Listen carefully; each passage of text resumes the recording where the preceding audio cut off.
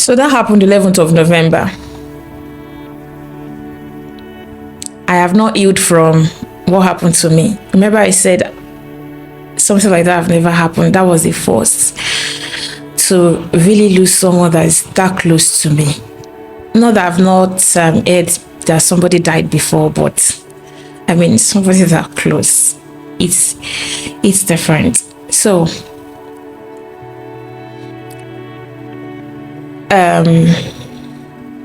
November 27th. Okay, let me start from November 26th.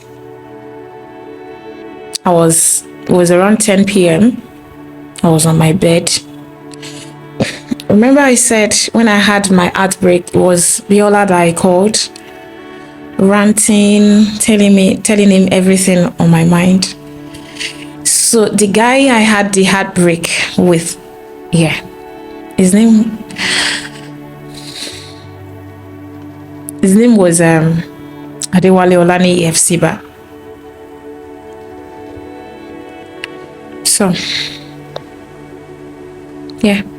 So November 26th, 10 p.m. There is this particular song of Simi that I'd always vibe to then. Something like my neighbor calls me a fool, or my neighbor said I'm not good, I call him a fool. My neighbor does not have a shoe, I look something like that. So the lyrics, I posted it on my WhatsApp status. And then a message just popped up. I can remember vividly, it was around past 10. The message popped up and I was like, hey, who is this one? After 2 years. Nimbolo Tinjabo. She was like, hello. I was like, you don't have to change who you are. You're a good person.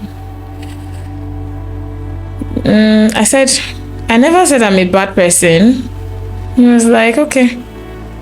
But the lyrics of the song is saying something different. I said, oh, I'm listening to a song and then it's just there. I said, but why are you chatting me up? It's late in the night. I was like, my mind just went to you.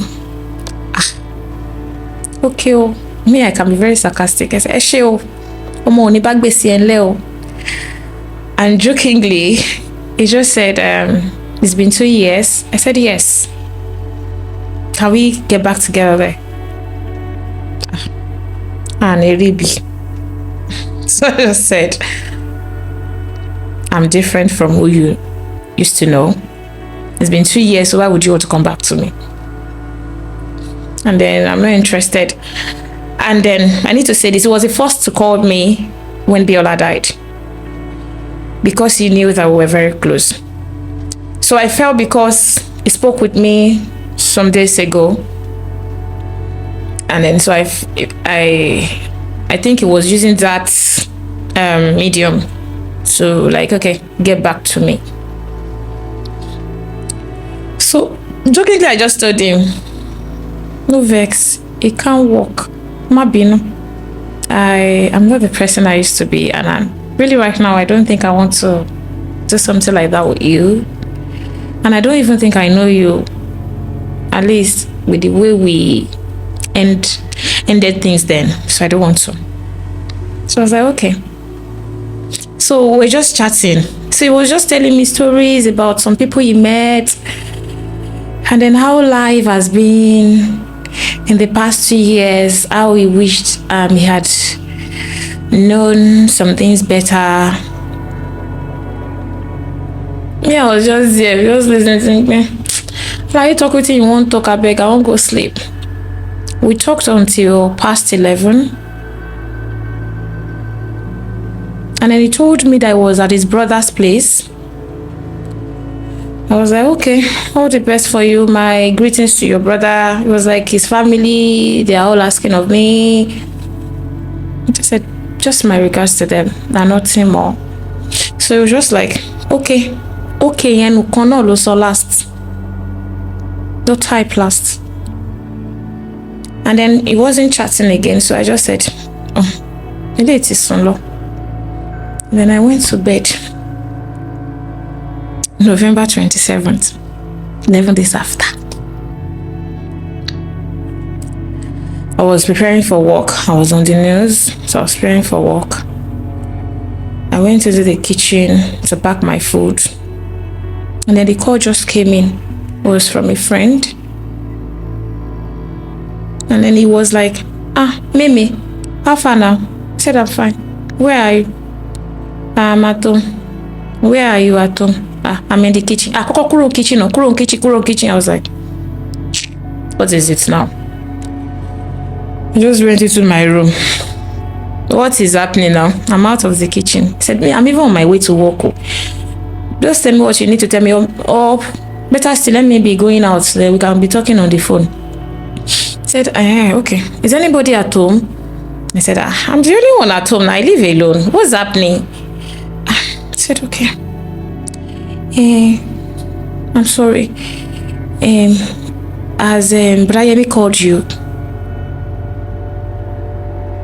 I said, Brayemi. He said, Brayemi now. Wale. I said, why Brayemi come? Well, I've spoken to him now. It's been 2 years. Why Brayemi come? He said, okay. Have you called Wale's number? See, at that moment, my spirit just felt somehow. Because the way they were talking to me when it happened with Biola, the things started coming together small. I was just like, God, no, I beg you, not today, I beg you. I never heal. In my mind was already playing that sound. And then it was like, when last did you speak with Wale? I said, Denye. I spoke with him last night. Can you imagine? He even slept off. I was like, okay. I said, armed robbers, they came home last night. Okay. He was the one that opened the gate for them. I said, okay. At that time, I was outside my house already.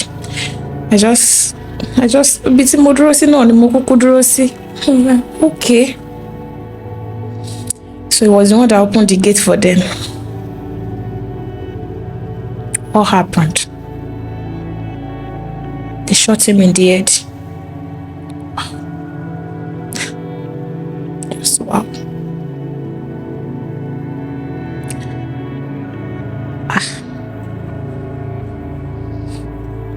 Can you say something? I'm still talking to you. I said, okay. Is he dead?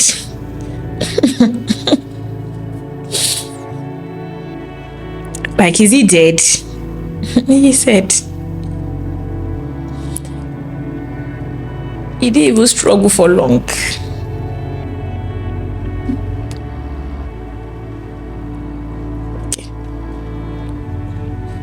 Just drop the call. At least there's nothing anybody wants to tell me again. This one, he's gone too. So I didn't even know what to do. Make I no lie. I do not know what to do. I can't even still remember the clothes I was putting on that day. It was just like, it just happened like that. I just stood there. Yeah, it was my guy. We were not together.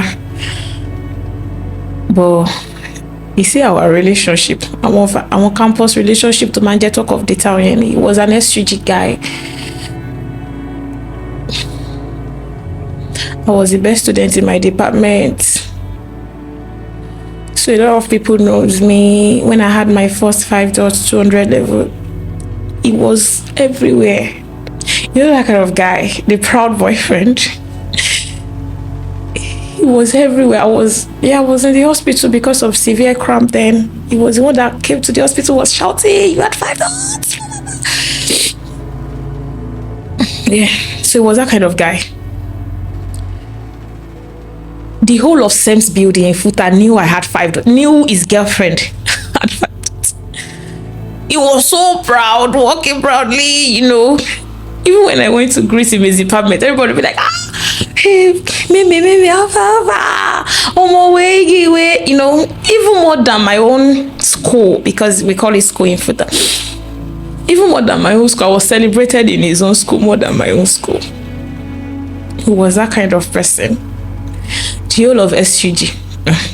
Now we get SUG then. Now we get the chief judge then. I was always in SUG building. I was always in the CJN's office. I was always in our SUG president Daniel was his friend. So I was always around them. Sometimes they would even call my host them. So it was that kind of a person. So everybody knew was the way my phone rang, it passed Biola.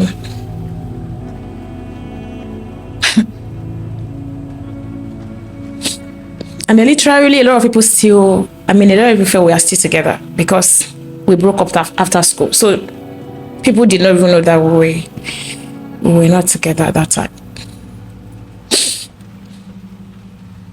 So I stood there and I told myself, calm down. You can do this. You will be fine. You can undo it, okay? I spoke to myself. It was so hard to lift my leg to even say I want to take another step forward. I did not know whether to go back home. I did not know whether to go to work. I was on the news. I did not know what to do. So I was just carrying the leg. I was just moving, just going. I was going like that. And then the next thing I saw, because I was in the middle of the road. And then one old woman was holding me. And everybody was shouting, "Our moto ti dúró báyìí, moto ti dúró báyìí." And the old woman was holding me. She was shouting, "Ṣó fẹ́ para ẹni, kí ló lè tó lè, ṣó fẹ́ para ẹni, kí ló ṣe é, kí ni kò." I was just looking at the woman. I was looking at the road. How did I enter the road? I don't know. Ẹ̀fọ́ ni mommy enter lẹ́gbẹ̀ẹ́ títì. So the woman just held me, took me to our shop. I was just there. Mo sùn, ṣẹ́gẹ́ ẹkún. I cried like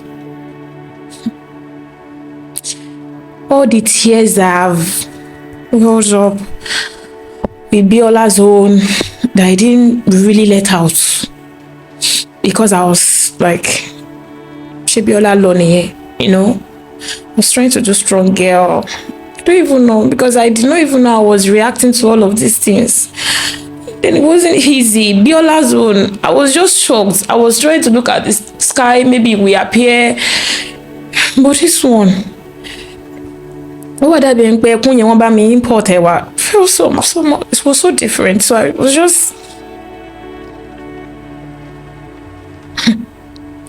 the woman, I want you bear me tea. Musha so queen. Musha joko, musha kesha. Musha ni tani konpe by. Tani konpe by. And I said, only bolon lo. Ni mo lo bishe. Bonibishewa, Mojuwe phone. So they put me on the bike. Somebody sat with me. They took me to the office. Tashedi and Onebisha, I said, I'm fine. Am I worry? I'm fine.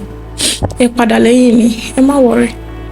So like, will you be okay? She can't buy one Arabisha. So mommy, am I worry? Motiva okay, say. The way we react to things sometimes. So Motiva okay, mommy. She be minimum buying sorry. Motiva okay. I even forced smiles then. Musha bole. Emisi mo wa okay. As I wanted to open the door to the office, it was my oga that met me on the door. At the door, sorry. I didn't greet him. Emi kon lobe. You don't get. I was just going like that. I was so it was like kí ló ṣe? Ó tún ti ṣẹnu gbunduku láàárọ̀ kùtù. Ó lè kíyàn àbí. That was all he said. and he regretted saying it. That was all he said. At least not today on my that was all he said. Mo de jókòó sílẹ̀ mo de bẹ̀rẹ̀ another round. He was like, ẹ gbà mí, kí ló ṣe Mary? Mi sọ nǹkan kan, mo kàn bá ṣeré ni. Ọlọ́run wọ́n gbé mi wọnú ọ́fíìsì mi. I was there, I was crying. It was too much for me to handle, really. I cannot lie. It was too much for me to handle. I just sat down there. Auntie Opelawa, Mr. Tunde, Babatunde Oladeji, they knew that I lost someone of recent. So, tí wọ́n ṣe gbọ́ pé nìkan tún kú báyìí. They were like, hey! Ibolowa. So they came rushing down to meet me. Then my phone was already ringing. Everybody was calling me. People that we were friends together, they were calling me. I wasn't picking any calls. Then my friend that was in Lagos, Femi, called me. Femi was his twin brother. We used to call ourselves twin because we were close to say twin brother, twin sister. So Femi called. Damilola also called. They said they are all moving to Oshogbo.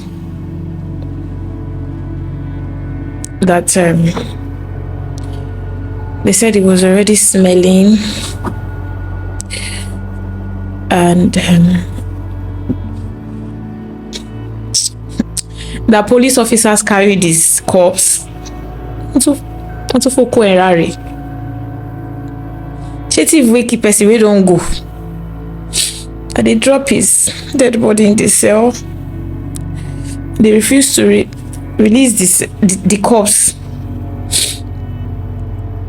and that there's a fight at the station. The newsmen are there. Everybody is covering it, and ejo kila won le mu phone àti laptop. He didn't even collect money.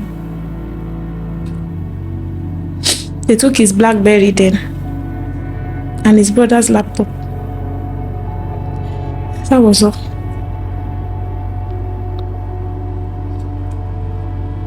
As in, that was all. For somebody that was supposed to go to NYC camp the following week, and they wasted him like that. I stood up, I said I was going to go to Oshogbo. But they would not even allow me to leave work. But yeah, if they have allowed me to go, I wouldn't have gone through everything I went through for almost a year and a half. Maybe if I had at least seen his corpse, because I didn't see that of Biola, and then maybe if I had seen his corpse, maybe I would have been fine. They would not allow me to leave. Yeah, they did well because they were trying to save me also. They collected my phone. They were picking my calls for days. They didn't allow me to go home also. They collected my phone. I was in the office like that for a whole day. I did not stop crying for the whole day. Me will stop ekun by. I wept like maybe probably it was my cry that was going to bring him. It wasn't my guy then, but the fact that I spoke with him last night felt like a dream. I was telling the people that were sitting beside me, why did he have to talk to me? I mean, it would have felt normal. After 2 years, why did he have to like pop up just 1 hour before he died? Like, he said, I was like, hey, yeah. I mean, that's life now. I would have cried, yes, but it would have hit me that much. The talks we had, because he called, everything was ringing in my head, his voice, everything was in my head. Mo tún ní kán fún mi ní phone mi because mo fẹ́ gbọ́ voice notes tó ṣe. They didn't give me my phone. And then Femi called, and Femi was like, they must not allow me to leave Ibadan. No matter what, they must not allow me. A lot of people were calling, they wanted to come and pick me up in Ibadan, so we go to Oshogbo for the burial. They didn't allow me. So like that, he was also buried. I didn't see him. I do not know where he was buried also.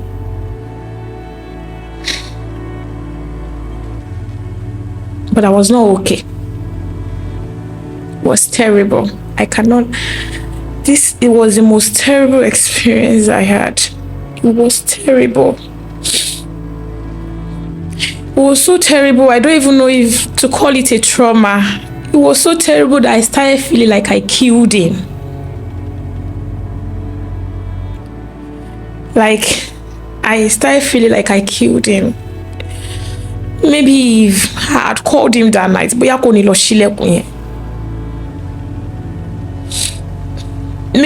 if I wasn't too harsh on the phone, maybe he would have even been engrossed in the talks that we were having, and he would not even maybe it would have been another person. Maybe I blamed myself for so many things. I traveled as far as Ife to go and see my friend. I left Ibadan, I went to Ife, and I went to meet my friend in her house, and I told my friend, like, I killed him. And my friend was like, I said, I just feel like I killed him. I don't know how to explain. He said, okay, please explain yourself. I said, I don't know. I don't know how to explain it.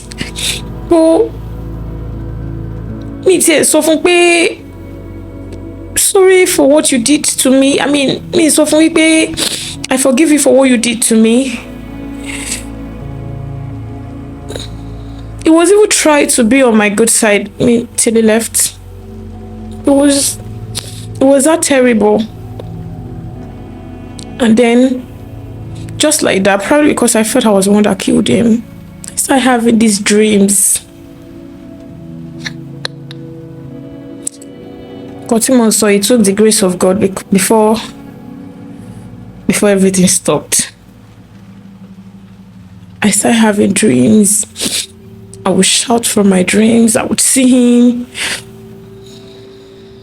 Sincerely, it took... I don't even know. It took some of my friends to tell me really that I was not the one that killed him before I could really believe myself, because I felt, where are my friends going? Who is going to be next? Is this something that is killing young people? Then why is it in my circle? What's wrong? What's happening? Even myself, I know can't feel safe. Say, oh, Yoruba man sọ pé kò ló ń kojú gbàyàn. But then I was so scared. I would literally see him in my dreams. It was so terrible. Sometimes he will even appear and be smiling. And then the funny thing is, probably was my imagination, but I was walking and I saw somebody like him. I'm very serious. I was walking, I saw somebody like him. The haircut, the clothes, I mean, the way he dressed, the particular clothes he wore when he died. And the person was right in front of me. And he ain't me. I was like, I said, my father is dead. He's dead. Though she man drool and yes, she drew. I was like, I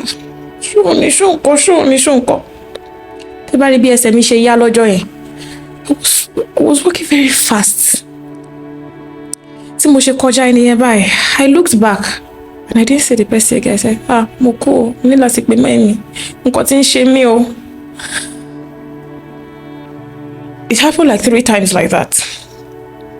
And then, who do I talk to? I called Femi.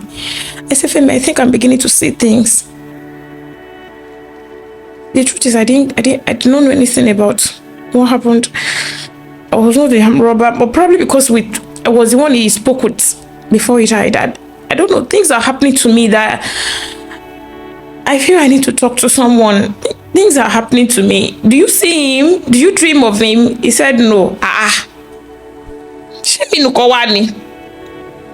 called some other friends, so they said no. Okay, they have gotten me. Gotten shame me.